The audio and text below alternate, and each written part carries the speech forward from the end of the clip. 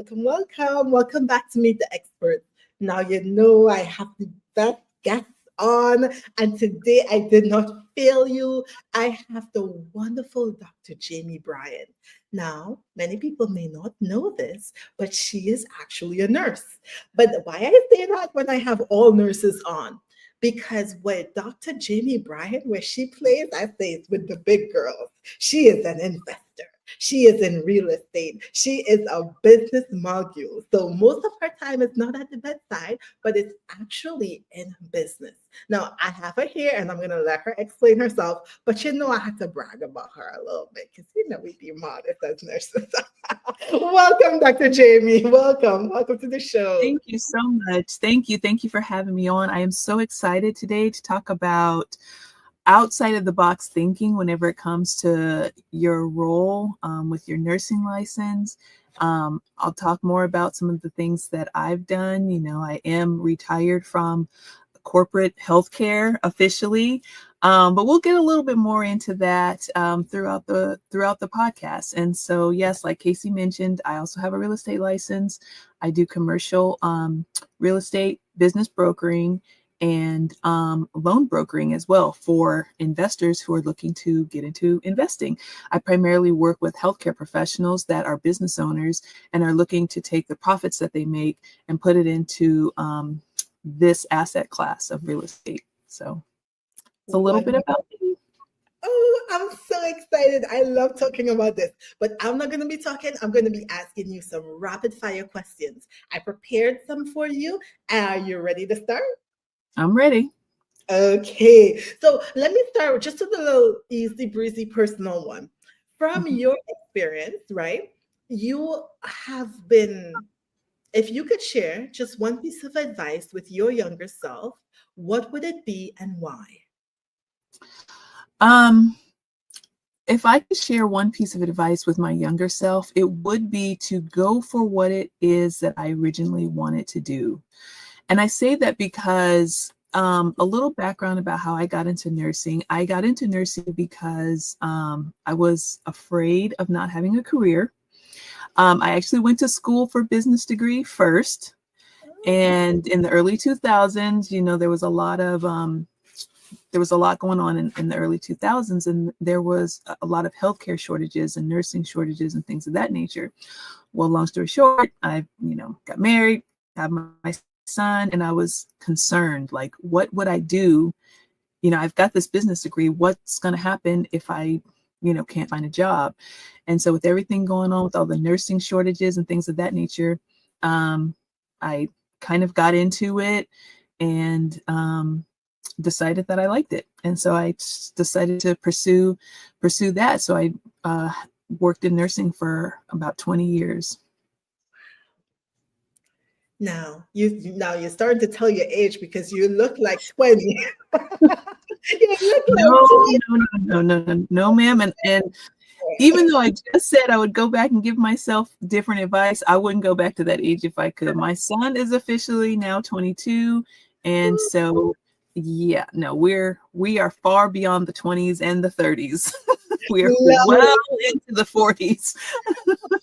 I love it. I love it. Well, my next question for you is, if you had the power to change, which you probably already do have the power, but if you had the power to change or transform one major aspect of healthcare, what would it be? And how do you envision it impacting the system or the people it serves? That is such a good question. And so, again, a little bit about my background. I retired from healthcare as the director of quality and infection prevention. Infection prevention is my passion. So when I got into nursing, I worked with a lot of epidemiologists. And so I rarely had like a traditional bedside role, and I primarily worked in research in epidemiology and things of that nature.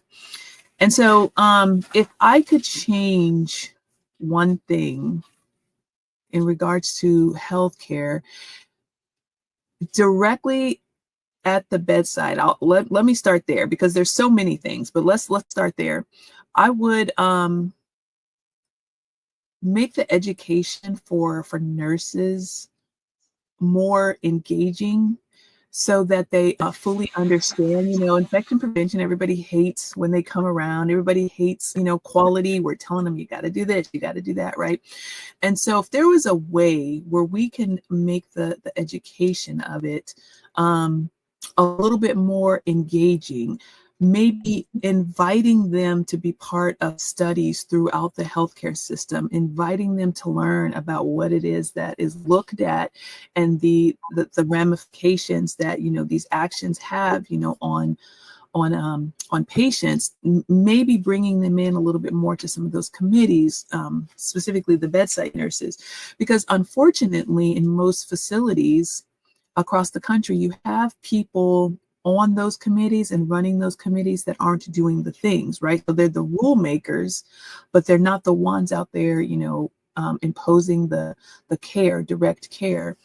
And so by having this little bit more of an integrative and a more a collective way of learning, it also allows the people who actually do the things to have a voice in why this could work or why this couldn't work, or hey, these are some ideas that we have that could actually work better, because just because people don't have certain positions don't mean that they don't have great ideas.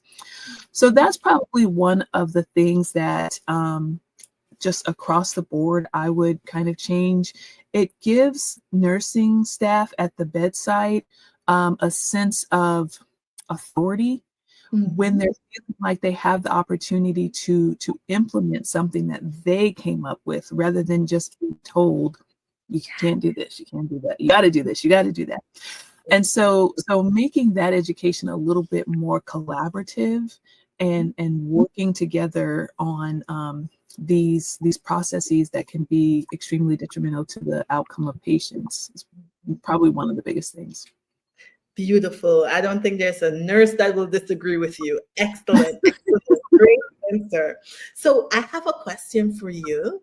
And now we're just switching a little bit over to kind of what you do, which is more than just purpose, but it's actually building a legacy. So from your experience, what are the biggest red flags? Because there's a lot of nurses and they go out and they want to make a business. They have their own businesses. What are the biggest red flags that a business or a private practice, where it is built too heavily around the founder, what system can prevent that dependency? Because we are doers as nurses. Even when we leave the bedside and we go up, we tend to be the ones still in control, and we take that into business, where if we don't do the business, we're not coming on live, we're not actually giving the service, the business doesn't happen. Do you see this a lot? I do. And honestly, this is one of my favorite things to talk about because, like I mentioned, I'm a business broker. So we help people exit their business. And I did it. Like, I sold a business. I ran a business and sold it.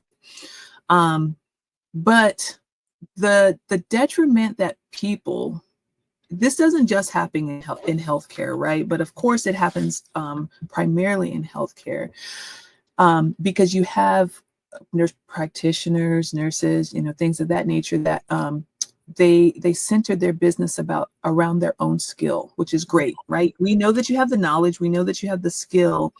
And so centering a business around that, if you have limited funds, that could get things off the ground for you.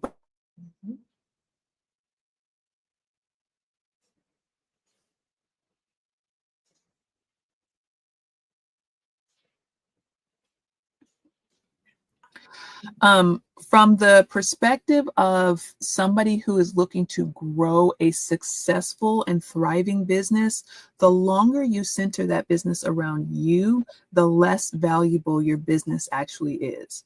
And what do I mean by that?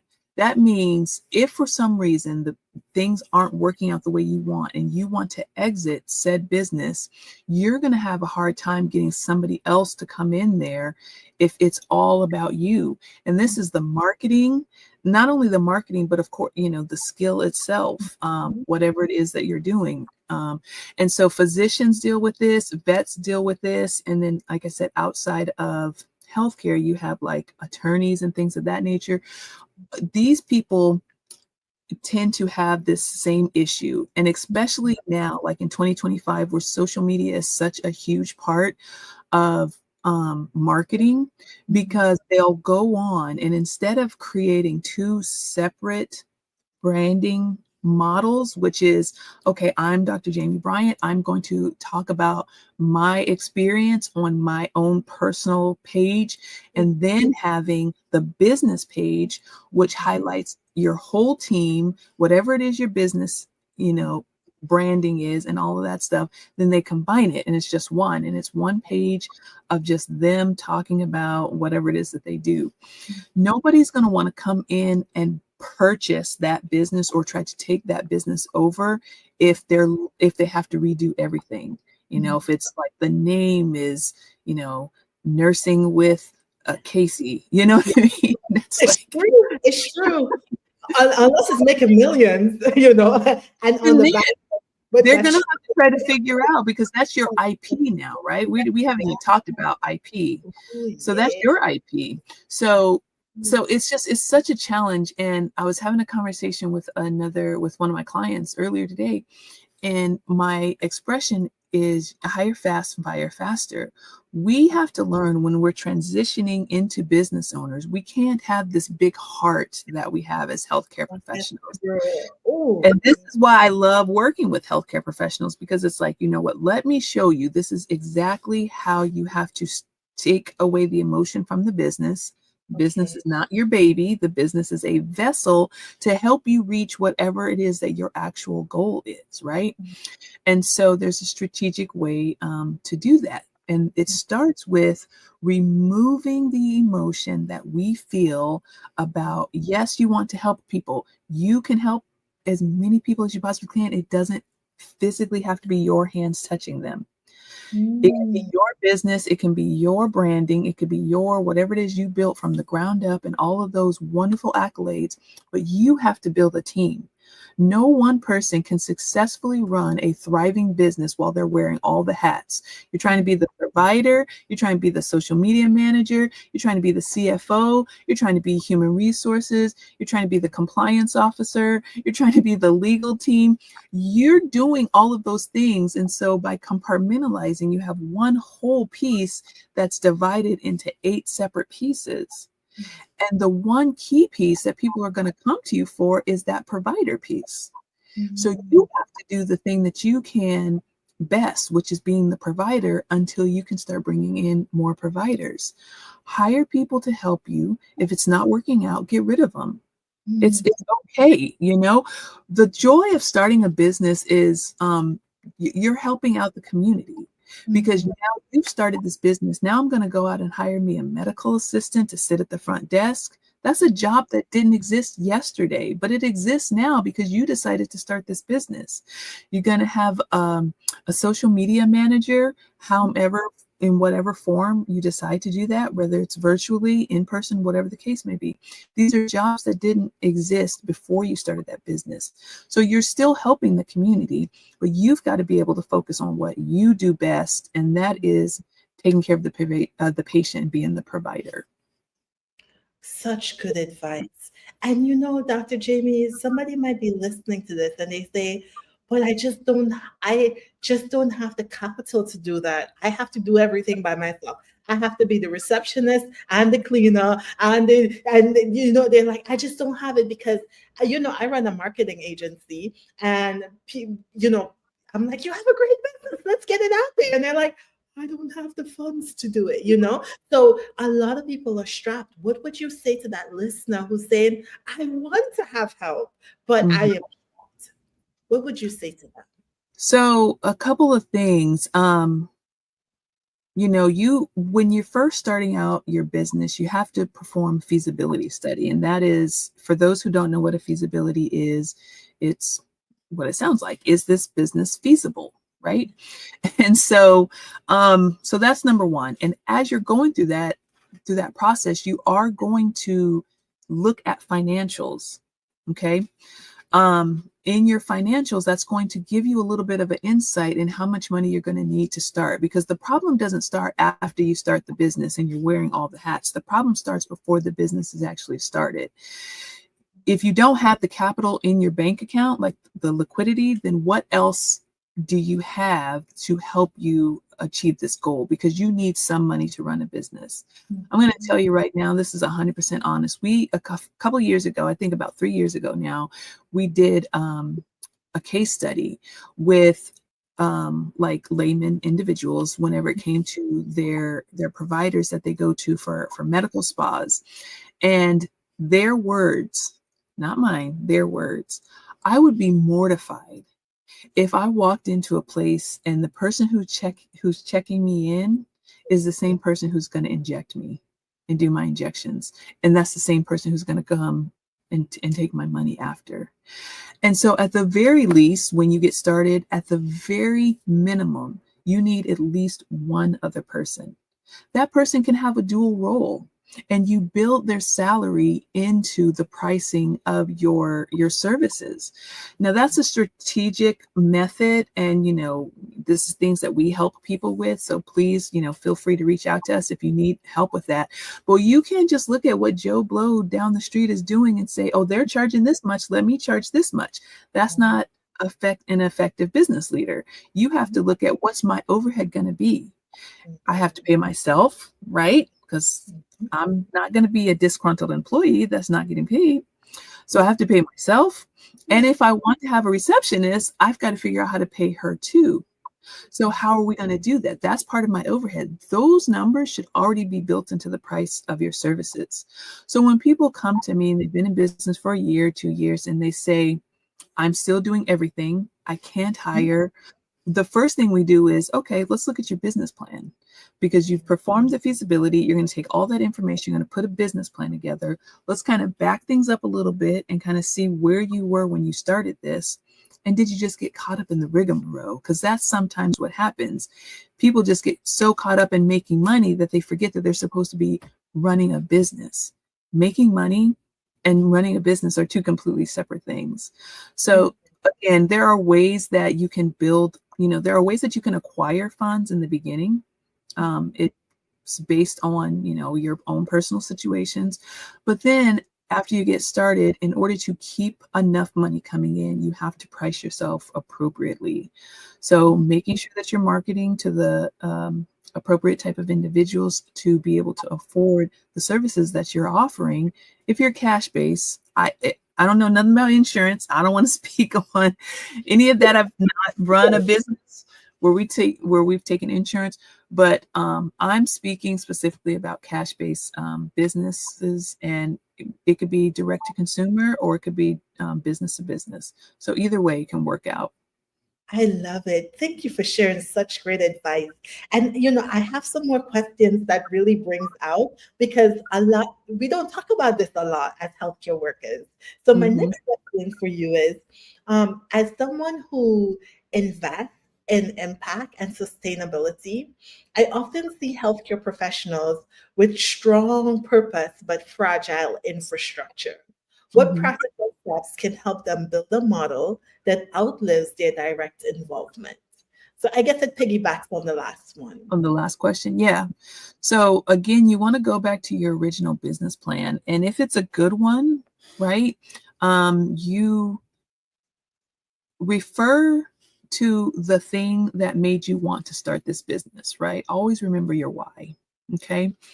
And even though I said remove the emotion from business, you want to make sure that you do that. But if why you started this business was to gain financial freedom and things of that nature, you want to keep that on the forefront of your mind. Like, this is the vessel, right? Businesses are vessels, not our babies. Okay, I'm gonna keep saying that I over love and it. over. Businesses are vessels, not our babies, right? Our actual babies, like our people that we have around us, our family and whatnot, they need us to take the steps to do the right thing and put things in place in the right way.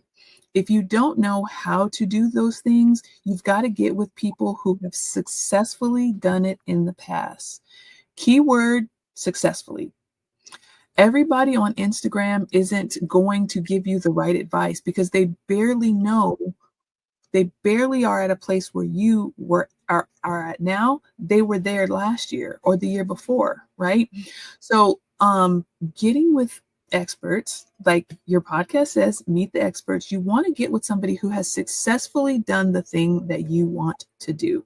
Mhm. And most of the time, I can't say all of the time, but most of the time, that means, you're going to have to make that investment in yourself, constantly investing in yourself and constantly putting yourself around individuals who have elevated their lives and achieved, financial goals and, business goals and things of that nature. That's going to help you grow and decide and learn by just being around them. And so again, making sure that you're remembering your why did you decide to get into this business, making sure that you have support and that you're not putting it all on yourself.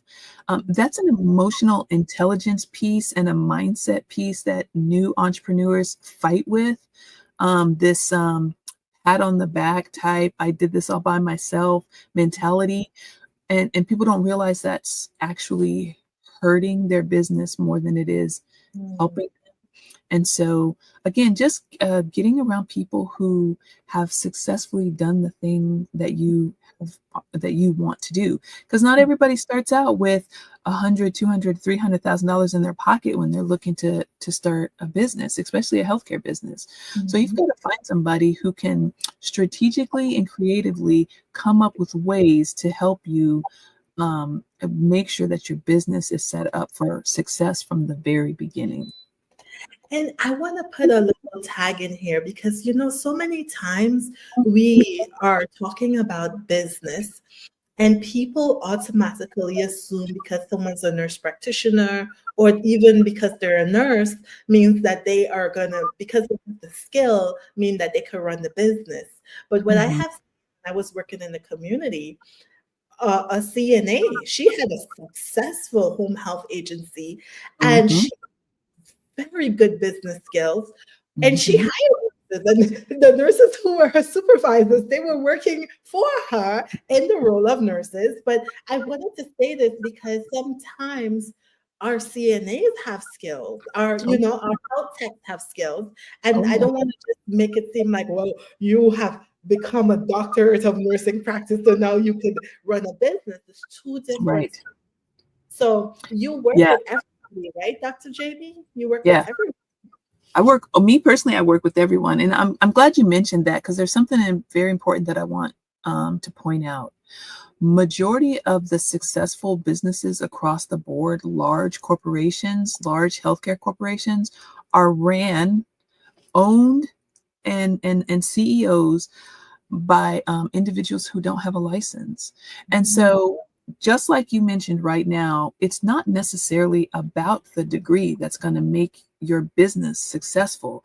The knowledge that you gained and the degree that you have creates the ease of you being able to get started, right? So if I want to start a healthcare clinic and I'm a healthcare professional, I don't have to go through some of the red tape that a non-healthcare professional would have to go through. But there are individuals out there that don't have any license. They're not medically inclined at all. Those last three letters at the end of my name, some of them have that, the CEOs of these hospitals, and that's it. Not to diminish, Mhm.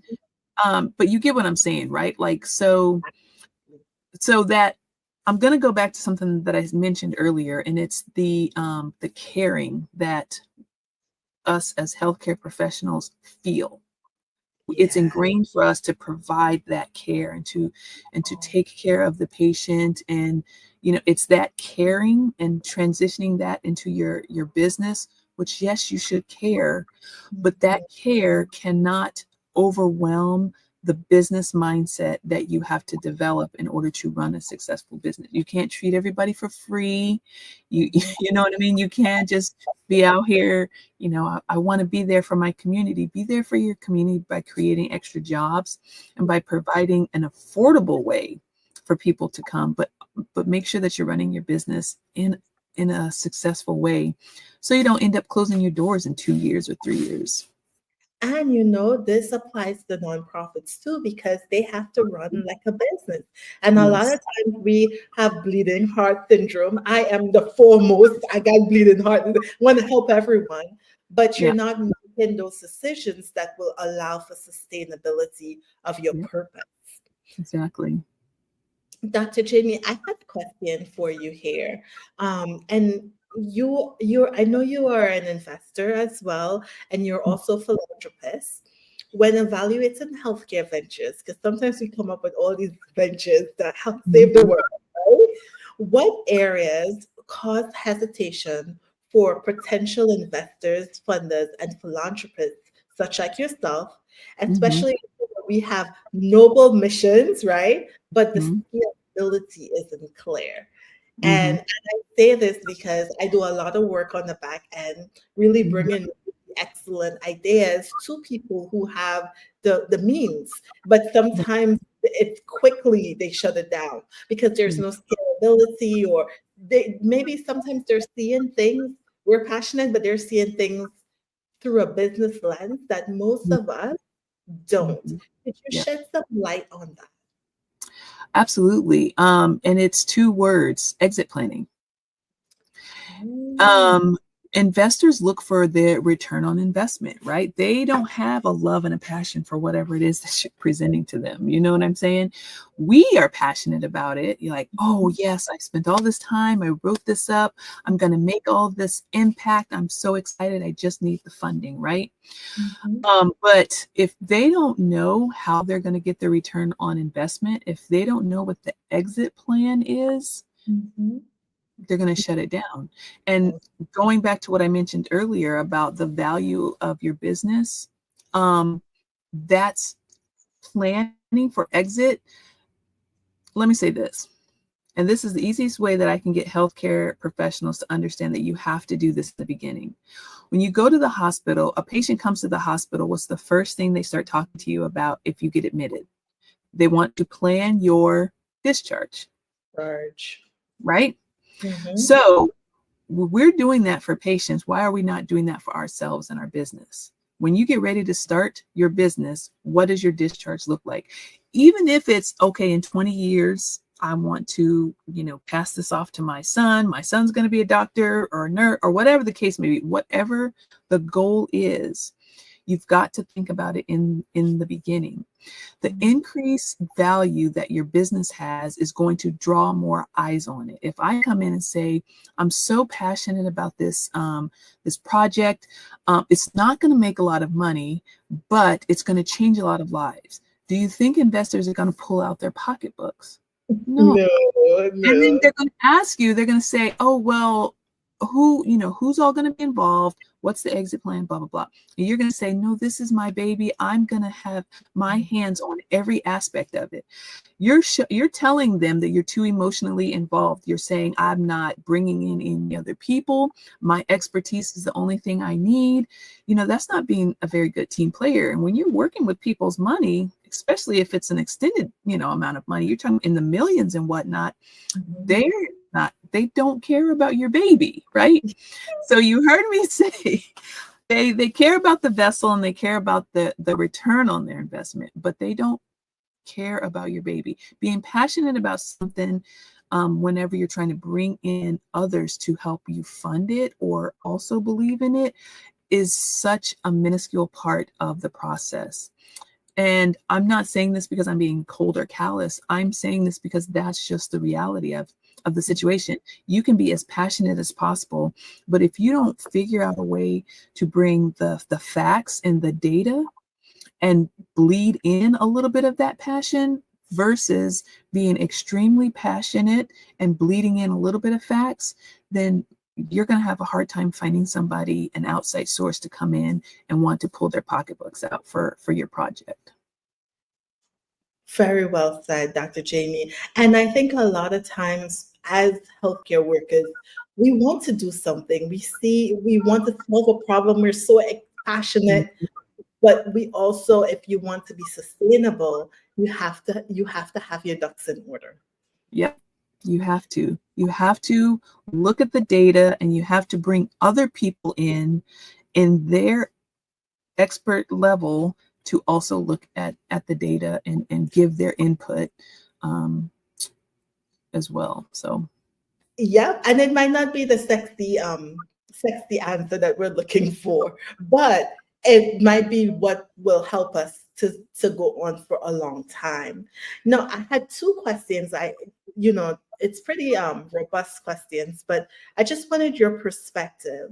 Where do you see the greatest potential for transformation in our healthcare system? Do you mhm, think it's through investing in our community and preventative care models to mhm, expand access to healthcare?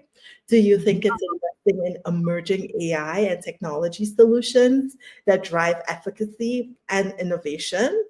Or do Mhm. you think it's supporting and strengthening existing nonprofits and community-based organizations? Pouring money into the community in some form or fashion will probably propel things in a better way. And here's why I say that. In this time period right now, 2025, there's just so much going on with healthcare. AI itself, investing in AI itself is great, but AI costs a lot of money, right?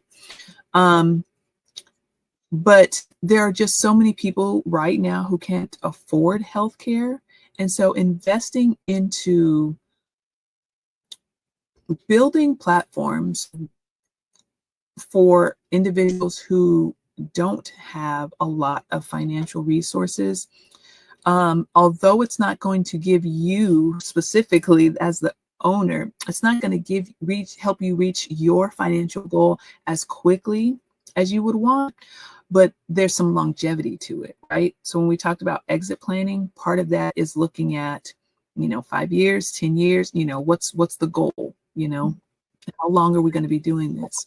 And so some asset classes, when you start investing in them, which businesses are asset classes, some of them you flip, like real estate, you buy it, you make it pretty, you make it better, and then you go and you sell it.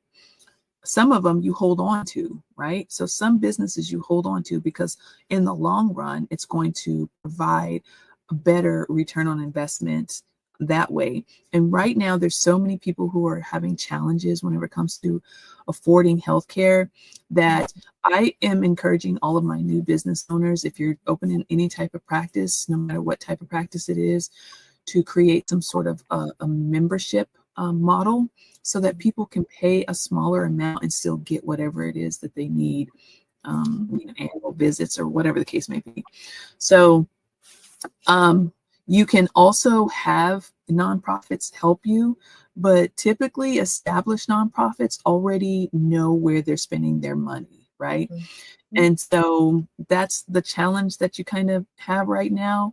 But if you're working with a newer nonprofit and you get into the community, so it's kind of like the third answer and the first answer working together to Okay. focus on the community, or yes, investors who are looking for that asset class that has that long-term return on investment instead of that shorter term return on investment. Excellent. Thank you for breaking it down.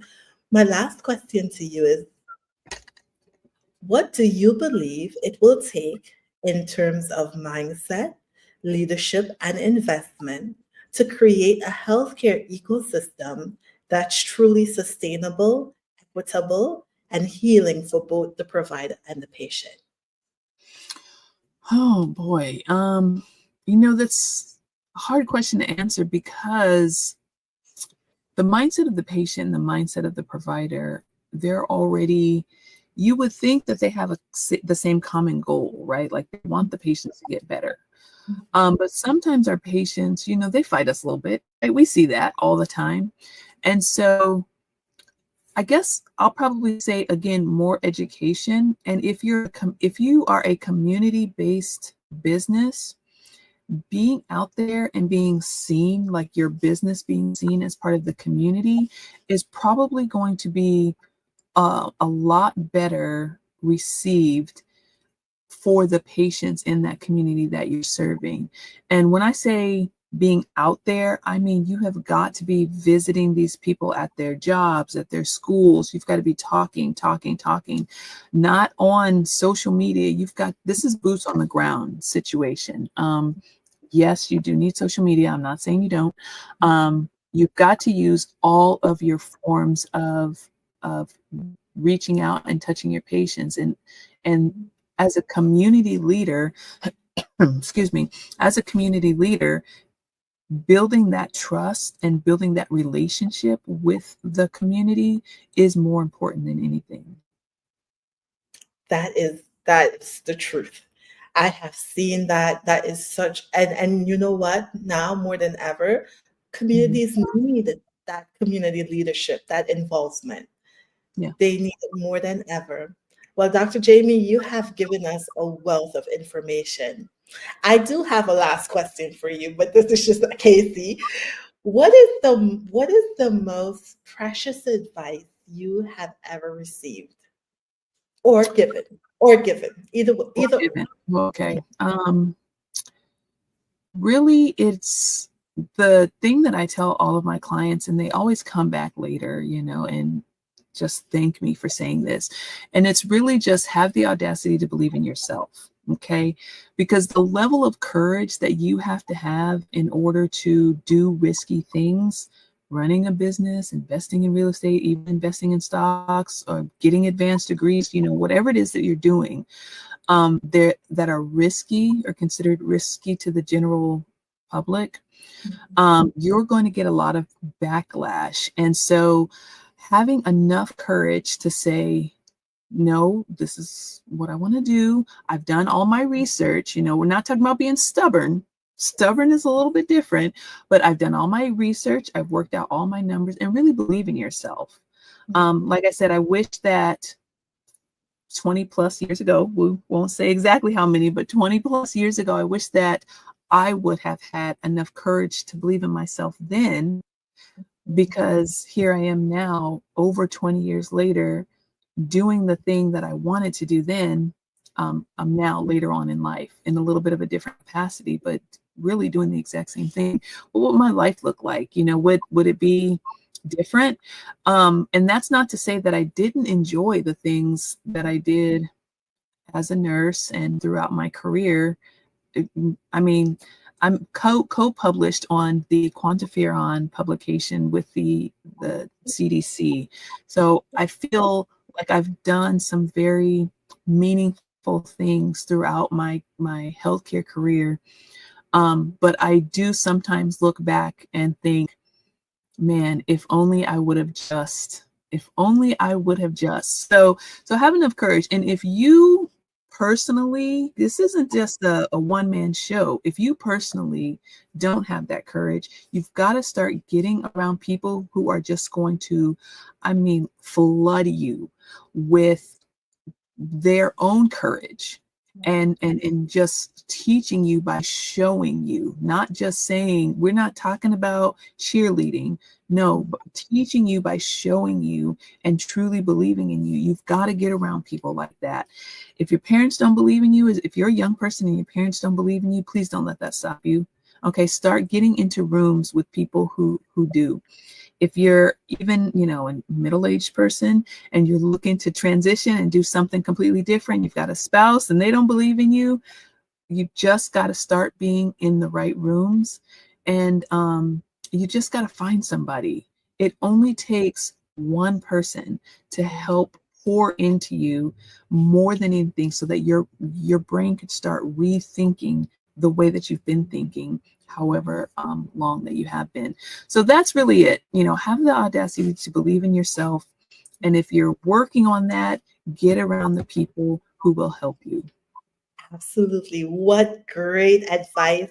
And we hope you would be part of our community. Reach out to Dr. Jamie, reach out to me, because this is why we're here. We're here to encourage you and say you can do it. We need leaders like you. We need people who want to break out of the mold and really live their purpose out, live their passion Mhm. out. And some people, depending on where they are or where they're located, they have no Yeah, one around them having this kind of conversation. So if exactly. that's you, welcome. Welcome. And Dr. Jamie, I love that you have, I know if you had taken a different step, you probably would not have been a nurse, but I love that you have that nursing background. I love that you can relate to us as nurses because Mhm. not everyone, not where you start is where you're going to end. And Right. it creates I say it's the flavor for your purpose, for what you Yes. are going to do. So I Yes. think we're going to do big things, Dr. Jamie. I think Yes. we're all going to do big things together. And I'm Yes. just so grateful that as an expert, you are here. Nurses, if you have a business on that level and you're ready to have your exit plan, you're ready to, do big things, definitely, Dr. Jamie, reach out to her. Or Yes. maybe you don't want to do business. Maybe you just want to invest. You want your money to work for you and you have a lot of it. Yes. Mm-hmm. Yep. I love Really, that. yeah.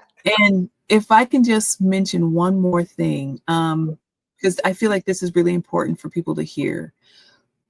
Set a goal and have a plan, right? We talked about remembering your why. Set a goal and have a plan, but understand if you need to pivot in the middle of it, that's okay. That's just part of the business mindset because everything that you learn in running an appropriate business, you will be able to transcend through other businesses. Okay. So don't get so stuck thinking, oh, well, I wanted to be a CPR instructor. The business you start with might not necessarily be the business that you end with, and that's okay. What is your end goal? For me, my end goal was by the time I was 50, that'd be about the time that I maybe start having some grandkids. I didn't want to be working corporate anymore. I wanted to be retired, right? So that was my goal. I made that goal when I was 35. So I had a 15-year plan, but I was able to retire from corporate healthcare within 7 years. And, now I'm just here living my best life. So I wanted to throw that out there because I wanted people to know that if you make a plan, if you really set a goal, understand that the way that you need to get there, sometimes you may need to take a fork, but as long as you still end up at that end goal that you really want, that's all that really matters. That's why it's important to constantly remember what is your why and why you're starting the business. So thank you so much, Casey, for allowing me to come and talk with you and your community. And I'm excited to see what more is to come. Yes, well, such great advice. Now, audience, you see, I asked Dr. Jamie all of my questions. It's your turn. What questions do you have for her? You have some comments? Please leave it down below in the description. You also will find all the links and everything to connect to her in our newsletter. So make sure you're subscribed. Thank you so much for joining. Thank you, Dr. Jamie, and we'll see you next time on Meet the